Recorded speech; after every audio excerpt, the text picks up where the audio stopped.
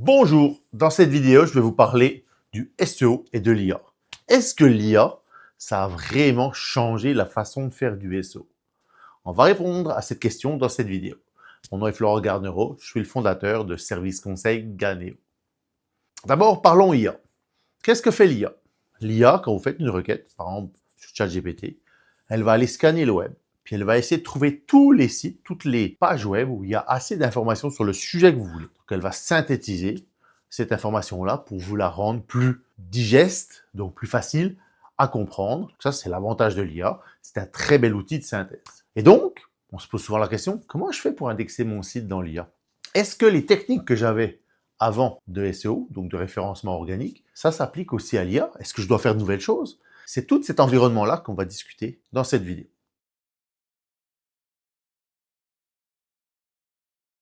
Premièrement, on va parler de SEO. C'est quoi le SEO?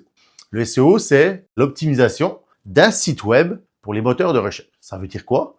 Ça veut dire qu'on va essayer d'optimiser notre site pour le positionner le plus haut de la première position. Ce qu'on veut, c'est être référencé sur la bonne chose. Un exemple simple de référencement, je vends par exemple des chaussures blanches. Qu'est-ce que je vais vouloir faire? Je vais vouloir optimiser mon site pour que dans les moteurs de recherche, je sorte dans les premiers. Donc, quelqu'un qui veut acheter des chaussures blanches, des baskets blanches, par exemple, 100% toutes blanches, je vais essayer de m'assurer que les moteurs de recherche me mettent en premier pour ce terme de recherche-là. Et donc, je vais optimiser mon site pour que le moteur de recherche comprenne que je vends des chaussures blanches.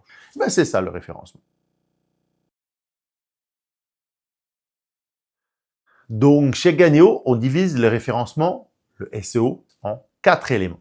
Il y a d'abord le SEO stratégique. Le SEO stratégique, c'est comment on fait la structure d'un site web, donc l'arborescence. Comment on fait la structure des contenus dans les pages de notre arborescence. Pourquoi on fait ça? Parce que ça nous permet d'adapter la structure du site web à un outil qui est Google, par exemple. Donc, c'est un ordinateur. L'ordinateur, il vient lire une page web. C'est pas un humain. Il n'a pas une compréhension fine de ce que vous faites. Considérons les limites techniques de l'ordinateur, les limites de programmation. Ben, ce qu'on va faire, on va faire du SEO stratégique pour que la structure du site réponde à la logique du moteur de recherche. Le deuxième élément qu'on fait, c'est le SEO technique. Technique, ça veut dire tous les éléments techniques d'un site web qui sont importants pour être bien référencés. Donc là, c'est au niveau de votre développeur, votre équipe qui développe votre site web, il faut s'assurer qu'il y a une couple d'éléments techniques qui sont respectés pour que quand les moteurs de recherche viennent lire une de vos pages de votre site web, ben, ils comprennent qu'il y a des techniques toutes simples à mettre en place, comme la sécurité, HTTPS, le nom des images, nommer les images de la bonne façon, etc., etc., etc. C'est tous des éléments techniques qui vont faire que ça va faciliter la lecture de votre site web au moteur de recherche. Ça va lui permettre de mieux comprendre et donc de mieux indexer votre site. Ça, c'est la deuxième partie du SEO. Après, il y a le SEO sémantique, donc d'écriture. Il y a tout le contenu que vous mettez dans votre site. Ça, c'est la partie la plus importante aujourd'hui. Une page web, il faut qu'il y ait du contenu. Pourquoi? Parce que pour indexer une page web ou un site web, ben, les moteurs de recherche, ils viennent regarder tout le contenu qu'il y a dans votre site, tous les textes que vous avez écrits. Et c'est ça qui va donner l'information nécessaire au moteur de recherche pour vous indexer. Donc, la partie sémantique, donc, et rédaction, optimisation des textes pour qu'ils soient bien référencés, ben ça, c'est le SEO de contenu. Donc, ce SEO-là est important. Aujourd'hui, c'est à peu près 60-70% de votre référencement. Ce n'est que du contenu. Ce qui est important de comprendre, c'est que le SEO de contenu, il est impacté par votre SEO technique et votre SEO stratégique. Donc, la structure de votre site, la structure technique de vos pages va impacter obligatoirement le contenu et la qualité du contenu et comment il va être lu par les moteurs de recherche. Donc, les trois premiers éléments, ils sont imbriqués l'un dans l'autre quand même. Donc, il ne faut pas les rendre indépendants, mais c'est une logique. Le quatrième élément, c'est le SEO de référencement. La notoriété de votre site. C'est quoi la notoriété? C'est l'ensemble du web. Combien de fois sur le web votre site va être cité et il va avoir un lien qui pointe vers votre site? Backlink. Par exemple, Facebook, avec un backlink de Facebook, Facebook a une très grosse notoriété, c'est bon pour votre site. Un site qui est presque pas connu, qui fait un lien qui pointe vers votre site, donc un backlink, il impactera très peu votre notoriété. Ce que font les moteurs de recherche, c'est qu'ils vont regarder le contenu, ils vont regarder la structure du site, mais ils vont regarder aussi l'ensemble du web, puis ils vont se dire, est-ce que ce site-là est un site qui a de la notoriété, qui est connu? Ils évaluent ça avec les liens entrants et la qualité des liens qui pointent vers votre site. Le SEO de référencement, donc la notoriété, c'est le quatrième élément qu'on travaille quand on fait du référencement pour les moteurs de recherche. Maintenant, comment fonctionne l'IA? Ça, c'est une question qui est intéressante. L'IA, je vous l'ai dit un peu au début, elle va prendre une requête, puis elle va regarder ce qui se passe sur le web. Elle va regarder comment les sites sont référencés.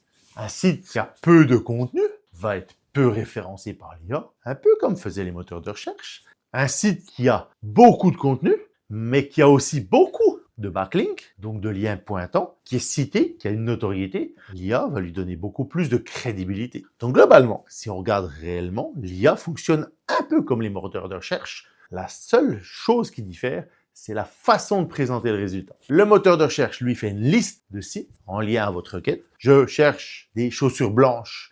Ben là, il va vous faire une liste de sites. Donc, il va lister les sites qui sont les plus pertinents par rapport à votre requête. Mais l'IA, ce qu'elle va faire, elle va faire la même chose. Elle va choisir ces sites-là. La seule différence, c'est qu'elle va faire une synthèse, qu'elle va pouvoir vous sortir d'autres informations. Ce site-là, il vend des chaussures entre 50 et 100 $. Ce site-là, c'est entre 150 et 500 $. L'avantage de l'IA, c'est qu'elle va synthétiser l'information pour qu'elle soit beaucoup plus facile à lire, puis cela vous évite d'aller sur chaque site, puis de checker chaque site. Elle permet de faire ces synthèses-là. Donc l'IA, elle a une logique très similaire à ce que fait un moteur de recherche. La seule chose, c'est qu'elle va compiler, qu'elle va vous présenter les résultats d'une façon différente, beaucoup plus facile à comprendre, beaucoup plus digeste. Est-ce qu'on doit refaire entièrement notre référencement? C'est pas le cas. Ce qu'on fait, dans la plupart des cas, on va adapter notre façon de faire du référencement. Donc, chez Ganeo, nous, on a ajouté un bloc, une 5e phase, référencement IA. Et ce référencement-là, c'est des techniques qu'on applique qui vont compléter le référencement classique, le référencement organique. Donc, globalement, est-ce que l'IA révolutionne réellement la façon de faire du SEO? Non. Elle se base sur à peu près les mêmes paramètres, de façon un peu différente, mais globalement sur les mêmes choses. À cause de l'IA, on doit développer de nouvelles techniques pour être mieux référencé dans les intelligences artificielles. Donc c'est pour ça que nous, on a développé une 5e élément, donc le référencement IA, où on a quelques techniques qui permettent d'aller chercher, en plus du référencement classique qu'on fait, un gain pour être encore plus présent dans les IA.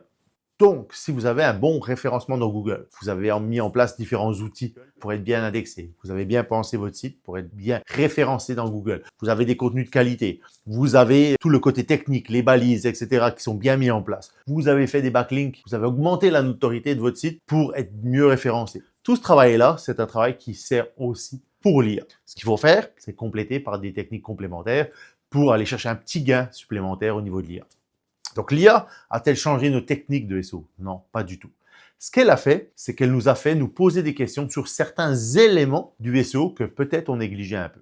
Par exemple, l'IA, elle va beaucoup regarder les données structurées. Donc on va travailler un peu plus nos données structurées. On le faisait déjà parce qu'avec Google, il y avait un avantage, avoir des données structurées dans le site, parce que Google venait lire ces codes-là, et grâce à ça, il nous indexait à des endroits où les autres ne pouvaient pas s'indexer. Donc, ça avait un gros avantage d'en faire. L'IA, elle aime beaucoup ces données-là. Donc là, on va s'assurer qu'on le fait, puis qu'on le fait vraiment de façon complète sur l'ensemble du site. Mais globalement, on va réutiliser les techniques qu'on faisait avant, qu'on fait pour Google. On va juste les compléter avec des petits éléments spécifiques à l'IA, tout simplement. Donc, globalement, le référencement organique, le SEO, n'est pas mort. Il s'est simplement raffiné avec l'arrivée de nouveaux outils que sont l'IA. Si vous voulez comprendre comment adapter votre référencement organique, votre SEO à l'IA, n'hésitez pas à écrire des petits commentaires sous la vidéo ou à nous écrire directement. On prendra le temps de vous répondre. J'espère que cette vidéo vous a plu et à la prochaine!